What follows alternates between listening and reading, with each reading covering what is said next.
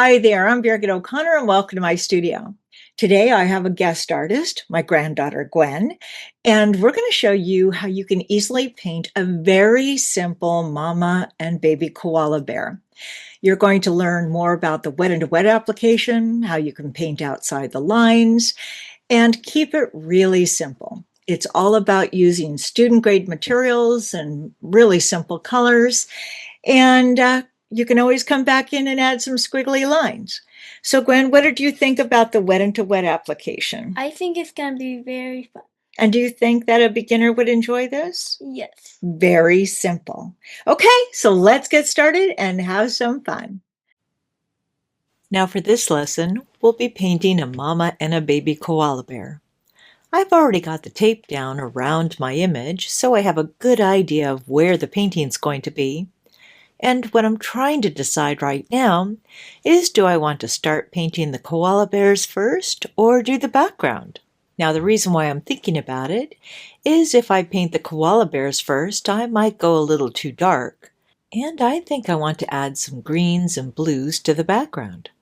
Now if it's hard for you to see the koalas, if you want, you can go ahead and take a micron pen or a permanent Sharpie marker and go over your pencil lines. And for this painting, I think I'm going to try to use our beginner set.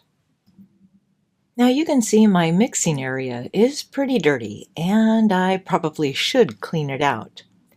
But I can go ahead and just use a little blue and fill in the area around my koala. Now if you find that your colors just seem really dull and dirty, make sure to clean out your palette. Now you don't have to clean out everything. I want to leave the colors that I'll be using for the fur. Now we already have the blue in the sky, but I want to add some trees and leaves, so all I need to do is take my greens and drop it into the wet color. And to make it interesting, you can choose darker greens and even yellow and mingle the color directly on the surface. And now we have the outline of our koala bear, and it's mostly done with the watercolor. Then using the water in the rinse bucket, let's do what we did before and just take that water and fill the inside of our koala bears. Then using your color combination that you created for the bears, now that can be a brown or brown and gray or brown and blue or black and white, whatever you think the koala bears should look like, and let it mingle in the water on the surface. Now the really fun part about watercolor and part of the magic is just watching it move. Now you can see that the color is not moving right here, and that's because the surface is dry. That's all right, but it's so much more interesting to see how that color mingles. And as we work our way down through the face, I don't really even need to add more color, just water, and let that color run. And if you want to help give it a two-tone effect, drop in some other colors and let it mingle. Now it's really not going to look like too much right now, it just looks like a big mess. But that's okay, we're getting our color in, and then we'll pull out our koalas. So basically, we're taking the brush and dabbing in the color and skipping it across the paper. And if your color seems really light, if you need to, go ahead and add more color to the background. Then let's go ahead and let it completely dry. And you'll know it's dry when the surface isn't shiny.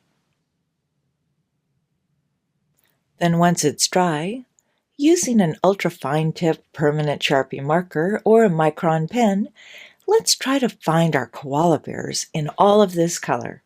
So all we're going to do is draw over the pencil lines of our sketch. And when it comes to regular watercolor painting, we don't usually do this. We try not to outline things. But for this particular project and working with young children and beginners, this is going to work very nicely. Now you could use a watercolor brush. The only problem is when you're working with children and beginners, they might press too hard and everything turn into a blob. So let's go ahead and put in the eyes on the mama and the baby. and find the outline of the nose. Then go ahead and fill it in with either watercolor or the micron pen. Now this is really cute as is, and if you're working with young children, this would be a great stopping point. Well, thank you for joining us today. I hope you had a lot of fun with that very simple lesson, and if you're interested in more of these, don't forget to subscribe. So until next time, have fun and happy painting. Good job, Gwen.